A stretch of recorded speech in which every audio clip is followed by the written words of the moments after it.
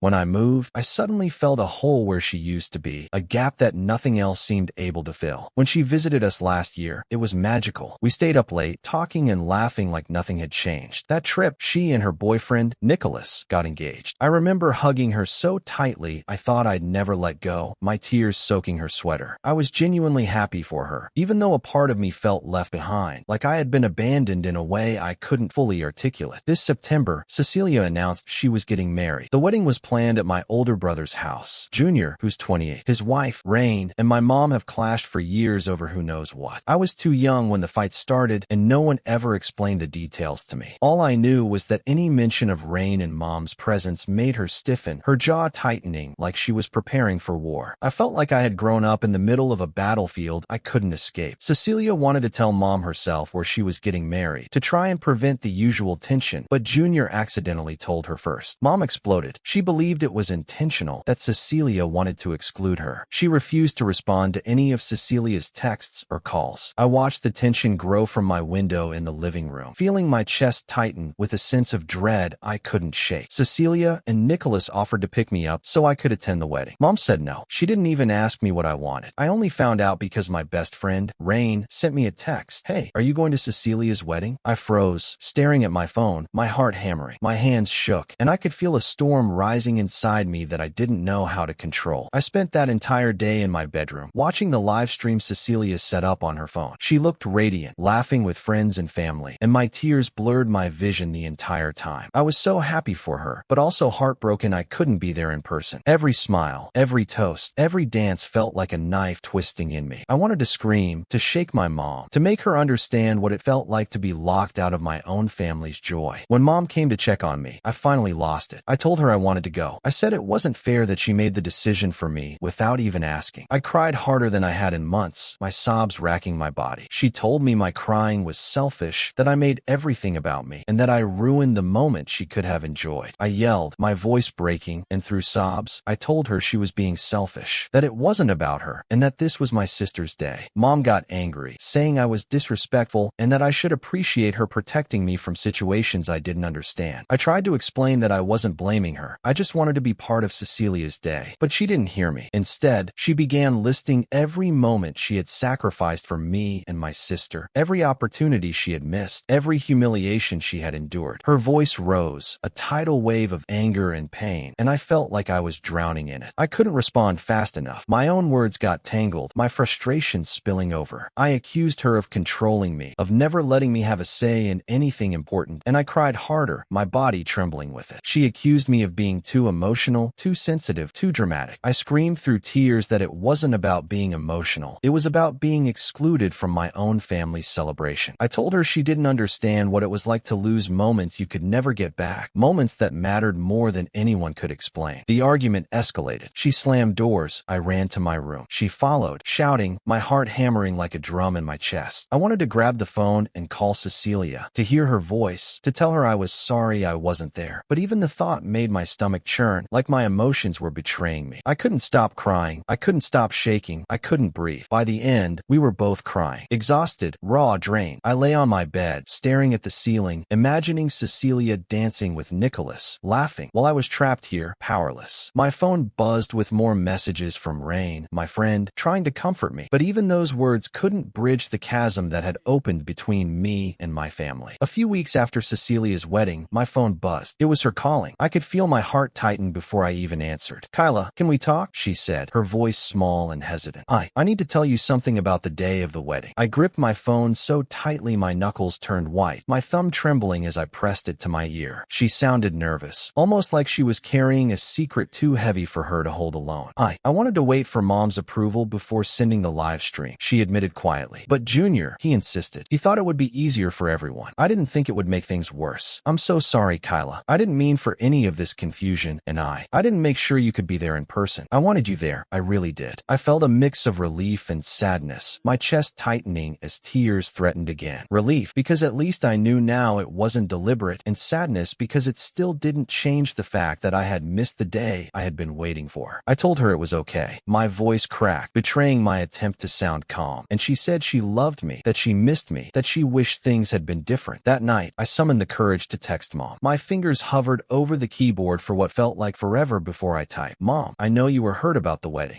I just want you to know I want us to start over. I don't want to fight anymore. Can we try?" I pressed send, my chest pounding, waiting for a reply that could either heal or shatter the fragile truce. Hours passed. I refreshed my phone endlessly, my stomach in knots. Finally, a short message arrived. "We'll see." I stared at it, frustrated and anxious. "We'll see?" That wasn't a yes. That wasn't an apology. That wasn't even a recognition of my feelings. But at least it wasn't a no. At least there was a door slightly ajar. A few days later, another message came through, this time on Facebook. It was from Rain. My hands hesitated before opening it. I had no idea what she might say, but curiosity and hope won over. Her message was simple, yet it carried more weight than I expected. "I don't like how things went either. Kyla, I hope you can forgive us all." I sank into my chair, tears spilling down my face uncontrollably. For the first time in months, I felt a flicker of hope, a thread connecting me back to my family. The walls between us, the icy barriers that had felt insurmountable, began to crack, but the fractures were still there. Mom didn't suddenly become warm and open. Junior and Rain didn't suddenly become allies. But communication started, small, fragile, almost cautious. Texts, occasional calls, even a few half-hearted jokes that made me smile. But it wasn't smooth, not by a long shot. A week after the messages, Mom called me while I was doing homework. Her voice was tense. "Kyla, do you think you understand what it's like being the adult in the room? To make decisions for everyone's sake?" she said sharply. "I'm not saying I do, Mom," I replied, my voice trembling. "But I think my feelings matter too. I think I have a right to be heard." "You're too young to understand responsibility," she shouted, and for a moment, I felt that old fear, that familiar helplessness, rise up in my chest. "Maybe I am young," I yelled back, "but that doesn't mean I don't deserve to have my voice. That doesn't mean you get to decide everything for me without asking." She was silent for a moment, and I could hear her breathing, harsh and ragged. Then she whispered, almost to herself, I don't want you hurt." "I know, Mom," I said softly. "I know you don't want me hurt, but sometimes protecting me feels like shutting me out. I don't want that anymore." The conversation ended there, but the tension didn't. Over the next few weeks, I got small reminders that family dynamics aren't fixed overnight. Rain sent me a long message one night, admitting she'd felt excluded herself at the wedding, that Junior hadn't even consulted her about some of the arrangements. For the first time, I realized the family wasn't just fractured between Mom and me. There were layers of resentment, quiet misunderstandings, and unspoken grudges everywhere. Then one night, I overheard Mom on the phone with Junior. "I still think you made a mistake having her there, Kyla. It just complicated everything," she said. My stomach twisted. They were talking about me as though I wasn't even there. I wanted to scream, to tell them I was listening, to demand recognition, but instead, I stayed silent, letting the hurt settle like a stone in my chest. That week, I had a small fight with Cecilia over the phone. She had been trying to cheer me up, telling me stories from the wedding that I hadn't seen on the live stream. But I snapped at her, accusing her of forgetting me and all the joy of leaving me out when I needed her most. She cried on the phone, telling me I had misunderstood, that she had tried to include me, that she had missed me the entire time. I sat there, tears streaming, realizing that even when people try, the weight of mistakes and miscommunication can make their efforts seem invisible. The end. Kyla, reading this, I'd say you're definitely not the AITA. Honestly, you were 17, caught in a grown-up storm that wasn't your responsibility, and your feelings mattered. Your mom's decision to block you from your sister's wedding? That's a classic case of overprotectiveness gone too far, not a measure of your worth. Wanting to be included in important family moments isn't selfish, it's human. The way you expressed yourself, crying, yelling, or feeling frustrated, was valid. You weren't trying to hurt anyone. You were reacting to being left out of something that mattered deeply. Families often operate like a confusing puzzle, with miscommunication, past grudges, and unspoken rules hiding under the surface. The joke is, they're all pretending to be fine while expecting you to read their minds. Suggestion: keep asserting your voice, but give yourself space too. You're learning how to navigate adult-level emotions while still being a teenager. It's tricky. The small steps you took to reach out, text Cecilia, and communicate with Mom show maturity. Eventually, those cracks in the walls can widen into connection, but only if you prioritize your own feelings as well. You weren't controlling, selfish, or dramatic. You were human in a chaotic environment. That honesty, even through tears, is exactly what makes families real. Thanks for watching. Don't forget to like and subscribe. Got a story to share? Drop it in the comments and let us know which one was your favorite. If you enjoyed this video, you'll definitely want to check out AITA for calling out my dad when he hurt my 6-year-old son. Click here to watch it now.